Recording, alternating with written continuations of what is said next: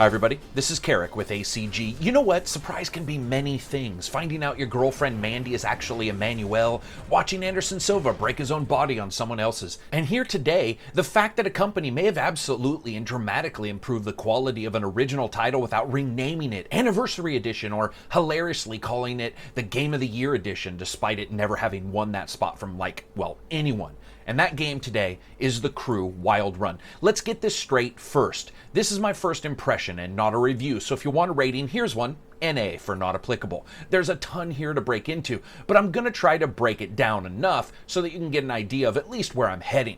Also, this will be my first of 3 true warnings within this video. You do not need to buy the Wild Run to get the graphical changes, the handling improvements, and so forth with the UI. You only need to buy it if you want the additional car types and races that go with the summit. So here's my first impressions for The Crew Wild Run.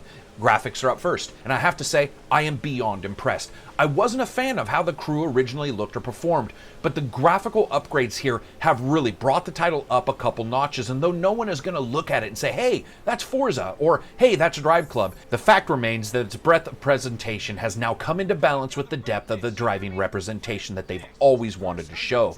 All manner of new effects are present with improvements like using a rough but still hugely beneficial physical-based lighting engine, which sort of approximates lighting based on the materials it interacts with. This results in a lighting improvement that has to be seen to be believed and absolutely trumps its past flat look. And really, whether spinning across a desert track in the middle of the night or jetting off a small hill in your raid vehicle on a snowy peak in midday, the lighting engine's increased accuracy means a presentation that is light years past what it was. Light years, guys. This is a huge jump. Additionally, textures throughout the world have received a very noticeable bump in their detail, which works hand in hand with that new PBR lighting engine. Here's the real kicker, though. The weather system and its assorted particular generators interacting with the lighting system now elicit a very real feeling of a living, breathing world. And it's not up to the accuracy of Drive Club, but it's such a noticeable and profound increase that it punctuates an improvement that's difficult to compare to any past improvements done in prior titles, unless they've had the term remaster in their name. I'm just going to say this. The crew finally looks like what it should have day one. The various improvements are absolutely vital to presenting a worldview that's visually interesting as it is geographically varied. At almost all times, it looks really damn good. Now, when we come to sounds for all the vehicles have been adjusted for depth of spectrum and breadth within the soundstage, and while some are not as noticeable as others in their improvements, most are, and it's an excellent change to the overall engine. Get after her.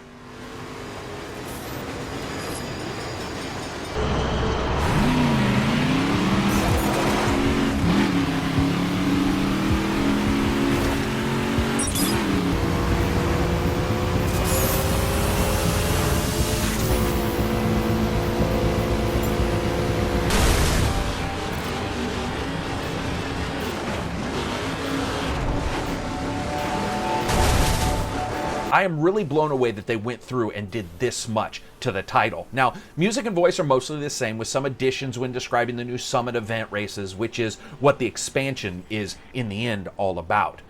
Gameplay.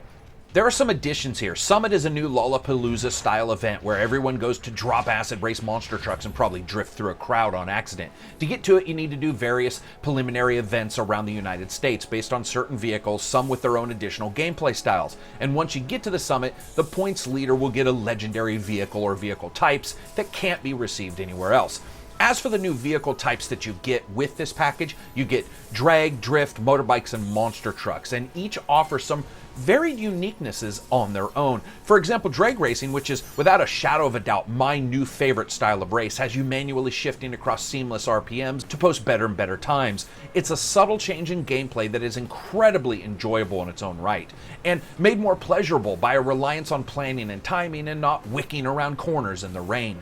Unique and enjoyable as well are the motorbikes, and once you forgive the fact that they're basically tanks on wheels without true crash physics or the hyper enjoyable ragdoll physics physics we would all love for them to have. They really are a unique add, as well as removing a component of required space that exists in most races and replace it with a squeeze play where you are almost challenged to get that two-wheeled safety equipmentless machine through tighter and tighter spots as you race various races. The motorbikes do not handle very realistically, but they do handle in a way that is very natural, following the lines of the crew and its already established handling engine. If you expect that and you know that, you're going to be fine here. But the best part of the change here, and again, this is free, you don't even need the crew wild run to get it, is the change in the handling. These improvements go through all the vehicles from the original title, fixing aerodynamics mistakes, repairing the somewhat janky physics and tire modeling of the original game, and result in a title that honestly, with a few tweaks, was an absolute pleasure to drive. That is right, ladies and gentlemen,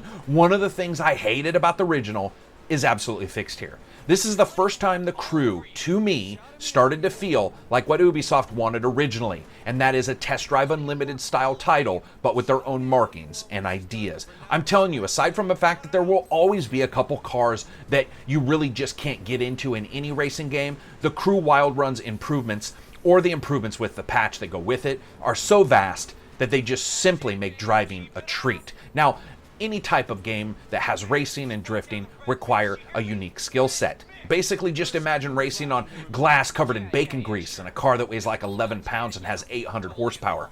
Additionally, you have monster trucks with various races and trick courses, and those mammoths can of course be driven anywhere in the world, and I admit trying to take a monster truck or a drag racer through towns was enjoyable just for the sheer anarchy that it can create. You can also make your own races throughout the land and challenge others. Now, unfortunately, the UI is still a bit janky and still has the oddest pauses that no matter what, it seems like it's crushing the first 100 million digits of pi versus loading up my radio playlist. But here's the thing. The improvements everyone gets, plus the hyper enjoyable new cars, new types, and items that come with the Wild Run are quickly pushing me into stating that this title is worth a buy. Again, those improvements are free. You do not need to buy this title. However, drag, drift, motorbikes, monster trucks, I'm really enjoying it. Now, I'm waiting a couple more hours of time, especially with the drift cars and the monster trucks, before I finally decide. Here is one caveat though. While the console editions do get the increases, they are still very susceptible to jankiness on their frame rate.